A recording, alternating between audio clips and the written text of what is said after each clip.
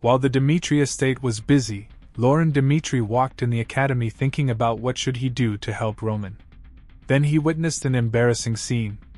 Students were gathering, and when Lauren looked there, he was Roman carrying William from his uniform with one hand.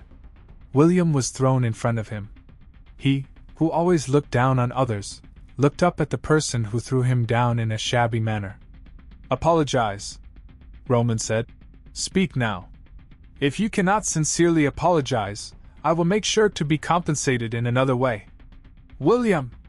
Hurry!" At Roman's words, Count Castro urged William. William kneeled before Lauren Dimitri, who hadn't even grasped the situation, and spoke in a weeping voice. "Lauren, I am sorry for bothering you until now.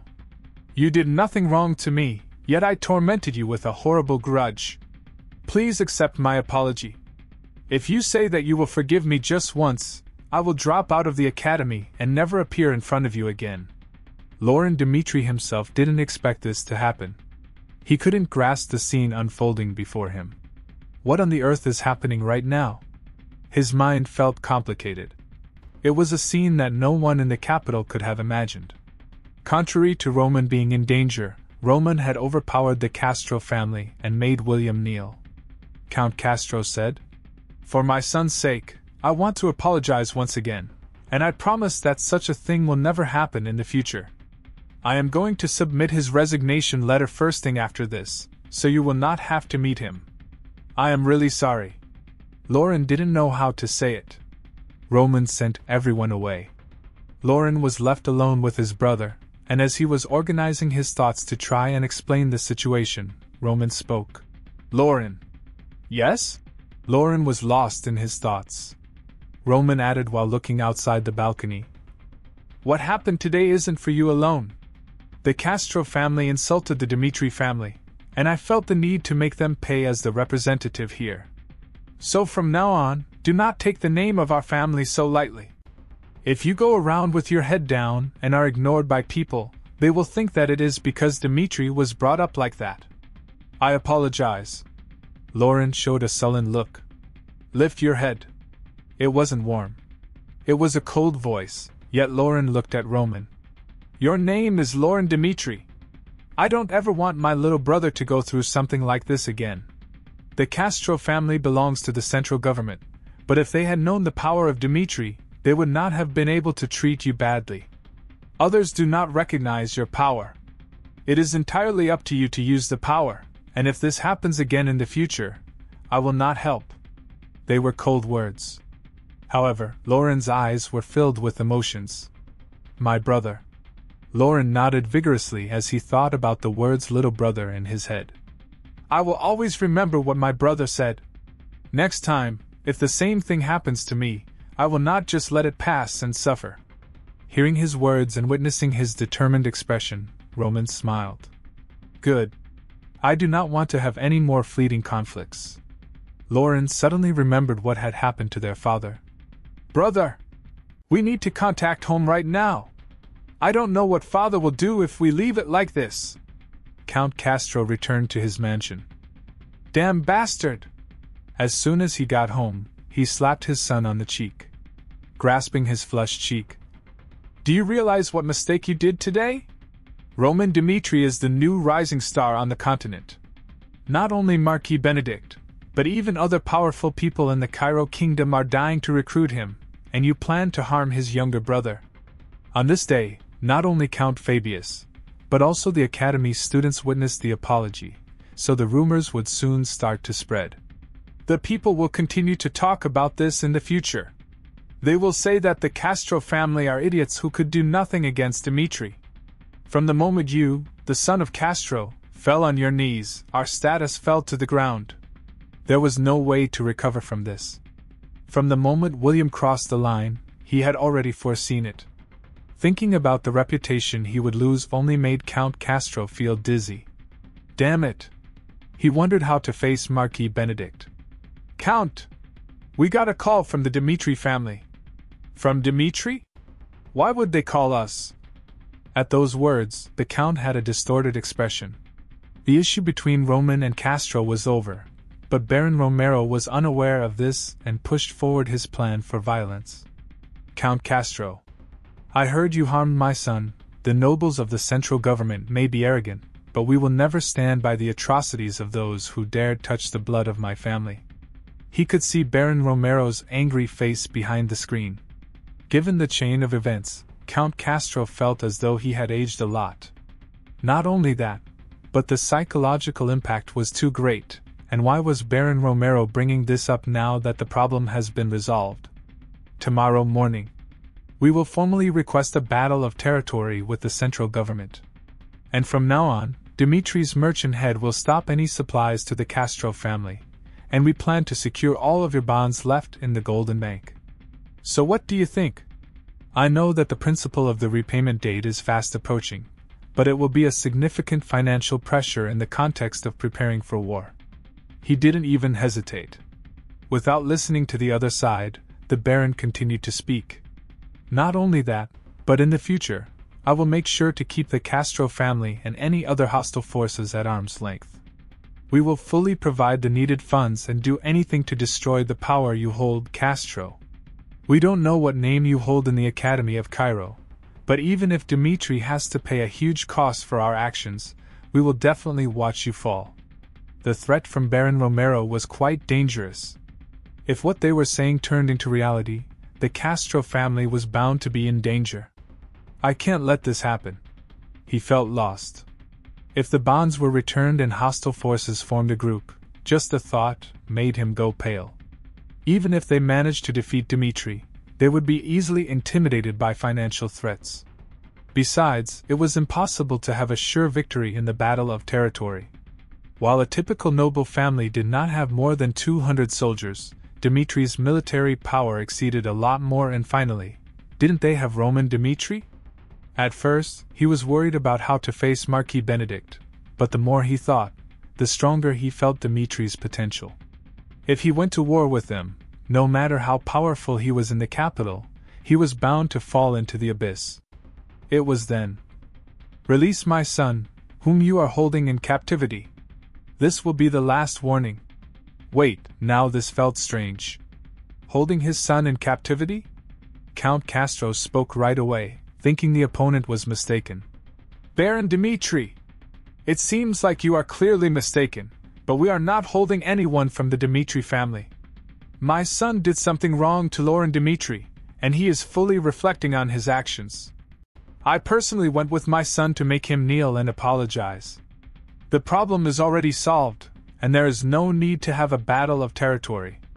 We already reached a compromise. He only spoke the truth. Beyond the screen, Baron Romero looked shocked. Is that true? The anger that had flared up like a fire had died down. Baron Romero, who had completed the war preparations, couldn't quickly grasp the reality that Roman had already received an apology from Castro. The misunderstanding was quickly cleared, but Baron Romero, who had heard the explanation, spoke, all right. The communication was cut off. He still felt complicated. Leaders are born with the ability to lead. In such a short amount of time, Roman has completely taken over the hearts of the people of Dimitri. From the head of the family to the smiths and the miners, now the roots of Dimitri have accepted Roman as their leader. Furthermore, right outside the office were men waiting for his orders. Seeing all of them on the street, regardless of age and gender, Roman's status seemed to have changed again. He understood the people in Dimitri. Everyone was looking up to him. As the father, he couldn't help but feel delighted at the response they had for Roman. Baron Romero shouted to the people waiting outside. There won't be a war. Get ready to party right now. For the sake of my son and the future of Dimitri, I will reward those who made a great decision. Smithies, mines, and inns are all closed. We eat and drink as much as we want. Get drunk like today is the last day. The eventful day that lit everyone's hearts on fire finally came to an end. The event spread like a rumor. Everyone talked about the dispute between Dimitri and Castro. I'm telling you, I saw it myself. Really? Count Castro is one of the most powerful individuals within the capital, but he made his eldest son kneel and apologize to the Dimitri family's third son. It is clear that the power system in Cairo is starting to change. Meanwhile, the merchants from Dimitri spread new words. It had only been a few hours, but the merchants of Dimitri had spread these words. They will cut off all dealings with the Castro family and suggest a way to corner them too, and those who helped in this would be given a huge reward by the Dimitri family. Do you know what it means? With the recent issue of Castro and Roman Dimitri, the Dimitri family is ready to go on a war against them. Wow! A family on the outskirts wants to face Castro? Right, and what is even more startling is that as soon as the incident happened, all the nobles took Dimitri's side. Castro and Dimitri are in a position where power in the capital and family on the outskirts clash. This means that, shockingly, the high nobles thought that Dimitri had a chance of winning. I've known for a long time that Dimitri doesn't have less potential, but things have changed since Cairo's hero was born. The circulating rumors reached Roman's ears too. In particular, the rumors that his family was preparing to go to war made him feel complicated. Dimitri is a family that opposes war, and such a family had decided that for me. Baron Romero's choice isn't his own. Dimitri must have put the war into action because everyone decided to go to war, and all the key figures must have agreed to it. A small town like Dimitri settled on the edge of the kingdom, and for my sake, they decided that war was worth the risk. This life wasn't his choice. After his death, he awoke as Roman Dimitri and chose to continue living as he had been. Even though he had become accustomed to his new life and had established new relationships, Roman found the Dimitri family to be somewhat startling at this event. Naturally, that made his personality take a drastic turn. He had clearly put up a wall around himself. In fact, the people of Dimitri could be called Roman's people, but that didn't mean they were within the wall. Is this life different from the previous one? A new life and new relationships. The result was their decision to go to war for him, even though they weren't asked to do it, and no one ordered them to do it. People showed pure favor to repay Roman. Hector Kingdom. The war with Cairo was a battle with the fate of the Hector Kingdom on the line. They risked their lives and died. They believed that Edwin Hector would win for sure. But the star of Hector fell to the devil of Cairo. Since Edwin Hector hadn't woken up yet and time passed. One day Edwin Hector finally opened his eyes. Butler with the voice commander were looking at the Edwin with worried face and shouted, "Prince! Are you awake?" Edwin, laying down with his injured body, asked, "How long has it been?" The star of Hector. People looked up to Edwin Hector. Looking at it, Edwin Hector could do nothing. His mind was looking down, and he couldn't help but watch the others die. And then he realized. This was a nightmare. The unexpected variable in the plan, as well as the existence of a being known as Roman Dimitri. If I could turn back time, could I have been able to completely defeat him? No, it was not possible. Looking back, Roman Dimitri was a step ahead of him when they fought, even when compared to Butler. I plunged the kingdom into despair. He didn't know how it was possible. What was certain was that Roman Dimitri didn't look like he had limitations on him, and therefore a victory couldn't be guaranteed. If there was no war, could the Hector kingdom struggle to survive a little more? As Edwin Hector's mind fell into deep, dark thoughts, the slaughter continued. He couldn't even guess how long this was taking. His mind felt lost, unable to bear the responsibility of what he had done. And then, Edwin Hector saw the face of the soldier who was killed by Roman. Kellen also had to take a stab in his stead and he died. The kingdom of Hector is facing the worst problem. However, Hector is not yet destroyed. There are people who only look at me, so I must somehow find a way for all of them to live. The evil darkness was gone. A bright light shone in his eyes. And, "My prince, are you awake? How long has it been?" Edwin Hector opened his eyes. About a week passed. In the meantime, many things happened in the Hector kingdom. Those involved in the war had gone silent, but the news of its plunge into despair was going around. It was a complete defeat right from the start to the end. The devil of Cairo alone slaughtered thousands of soldiers, and that wasn't enough. He even cut down Butler and pierced the rear gates of the fort. It was a fight we couldn't win in the first place. We thought the Star of Hector was the best talent in the world, but the wide world is infested with monsters even scarier. The Hector Kingdom is over. We did everything we could for the war and got nothing back. Horrible rumors about Roman Dmitri spread. That name shook the continent. After such a shocking performance, people talked about the rebirth of a really great swordsman in the Cairo Kingdom. "How is your body?" King of Hector, sitting on his chair, asked Edwin.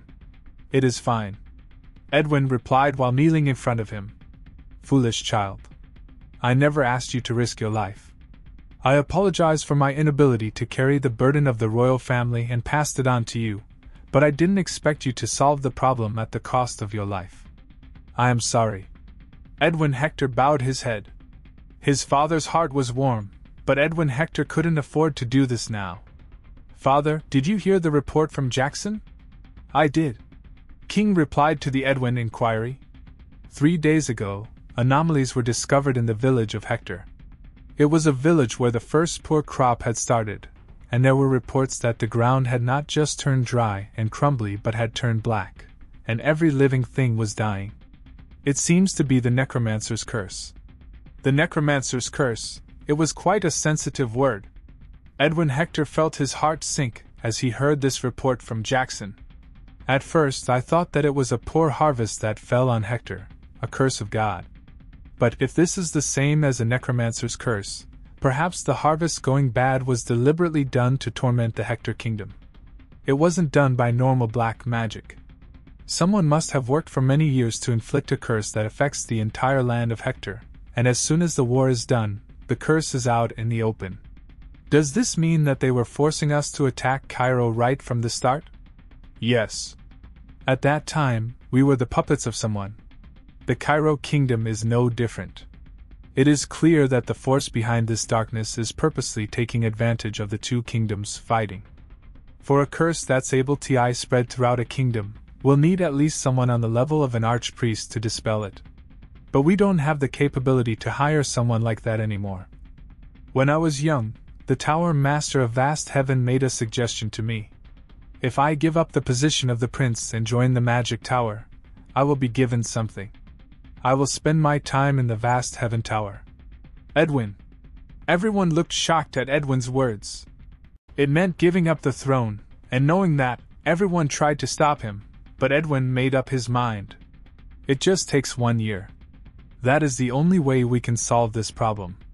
They knew that even when the solution was presented. The fact that the Hector Kingdom had no other alternative to survive. When the Cairo Kingdom was celebrating, the Hector Kingdom made the decision to let go of their hero. The war had ended, so the people returned to their daily routines. McBurney, who was an instructor at the Southern Training Center, stayed in a bar after arriving in the capital, unlike others. And he continued to drink.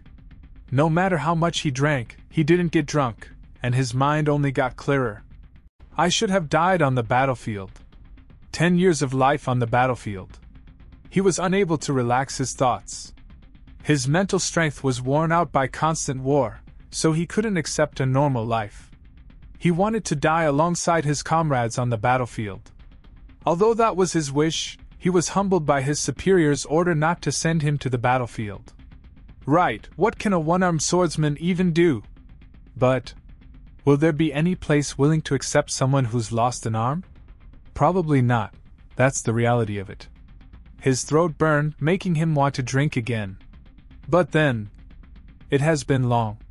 A man came next to him. The moment he looked at Roman Dmitri, McBurney doubted his eyes. His heart raced. Roman Dmitri, his idol. At that moment, when his mind had gone complicated, Roman went straight to the point. I need great people for my future plans. McBurney, I think of you as the kind of person who fits my plan. I will ask you directly. Will you follow me to Dmitri? At that moment, it was as if a rope had fallen from heaven. It was a situation he had been dreaming of, so there was no reason to refuse.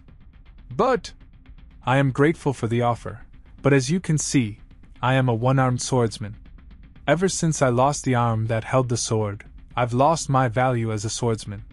What could a person like me even do for Roman Dmitri? I am worried that with me by your side, your reputation will be tainted, and I will be a burden to you. He didn't want to refuse. In fact, he wanted to jump at it. But he couldn't help but say no. This was the reality. He was no hero. He was lucky enough to be alive. It doesn't sound like a rejection to my ears, though. Am I wrong?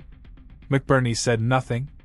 In the new world, Roman's criteria for accepting talent weren't for the present but for the future. And Roman said, "Have you ever heard of the left-handed swordsman?" In Baek Jung-hyuk's memory, Roman remembered a warrior who showed an impressive performance. Left-handed swordsman, Song Baek. He was called the Secret Escort. Dedicated to serving the nation, he lost his right arm during the war and was told that he could no longer work on the battlefield. But the imperial family didn't abandon him. He was granted wealth and honor by acknowledging his achievements, but Song Baek, who had spent his entire life on the battlefield, couldn't accept living a peaceful life. Song Baek spent days of suffering, and one day, he held the sword again. He made the decision to end his life as a warrior, even if it meant dying in vain. Song Baek swung the sword for years until his left arm got used to it.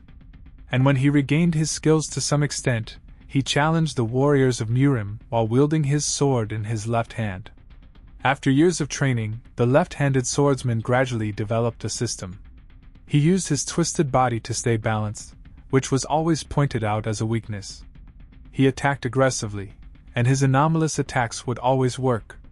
Finally, he met Baek Jung-hyuk and died. But when he died as a warrior, Song Baek smiled sincerely while reminiscing about his days when he was alive. The left-handed swordsman was a person who lived the same life as you. However, he overcame his physical weakness and wielded the sword with his left hand, which surprised me. If you can promise to entrust your future to me, I will show you what it is like. And unlike the Cairo Kingdom, which doesn't recognize your worth, I will use you better than anyone else.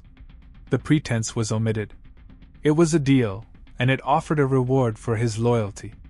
That was all. At Roman's words that he would use him for his worth, McBurney felt his heart burst. To make me useful, yes, he could be the savior of my heart. If only he could live as a warrior. McBurney would do anything for Roman. He fell flat on the ground. He didn't care if people looked at him. He just put his face down and spoke loudly. I, McBurney, have heard that you will put me to good use. From now on, I will give my life to Roman Dmitri. Thank you very much for taking me under your wing. On that day, McBurney found new hope. One event changed the lives of many. Edwin Hector, McBurney, and Henry Albert, the fool of the Albert family, was also caught up in it. On the way back to his home, he sighed. He thought that Mr. Roman is too much. Still, we had struggled together for so long, couldn't he take me too? But hope doesn't always turn into reality. Roman didn't seem to accept Henry as a person, and he abandoned him as soon as they reached the capital. And now Henry Albert was returning home. And he quickly gave up on his idea easily. Right, what good would it do to be below someone? Living among people who support me is what I want to do. I don't like it at all, going out into a world full of monsters like Roman Dmitri. Just being exempt from military service is a huge achievement for me. But, hero of Cairo! Congratulations on your return, Henry Albert. The pride of the Albert family. Henry Albert returned safely. In front of the gate, cloths with strange words were written, and Henry looked blankly. Henry did absolutely nothing in the war with Hector. But just the fact that he was with Roman at the place where the war happened changed his status completely. However, the mere fact of being with Roman when the war happened changed his status, and it wasn't just that. This is the Cairo Royal Academy. Could you give us a lecture on what happened at the Southern Front? It was a contact from the capital. His heart raced. Henry knew then. The fact that you could be great even if you weren't great by being with someone who was. So he decided. In order to increase my worth, I need to spread the word of how great Roman Dmitri is. His only achievement was being beside Roman. Henry Albert quickly accepted the offer to speak. The truth might be tragic, but it wasn't too bad to borrow the name of Roman to make people look at him. From then on, Henry Albert played the role of praising Roman Dimitri's achievements to people. It was Henry Albert's turning point in his life as a fool to whom no one paid attention. A few days later, Roman left the capital. The people of the central government came out, and the people of Cairo shouted and cheered for him. As he was leaving the city, not once did he look back. When I return to the capital next time, I have to make a choice. The four forces of Cairo would not like to wait any longer. So, until then, I will completely take over the northern area so I can oppose the central government. The people of the central government didn't know the true intentions of Roman. Later on, Roman's reason for visiting the capital was something they couldn't even predict. Hey there, thanks for joining us today. If you had enjoyed watching our content, don't forget to show some love by hitting that like button and subscribing to our channel. It would really mean a lot to us.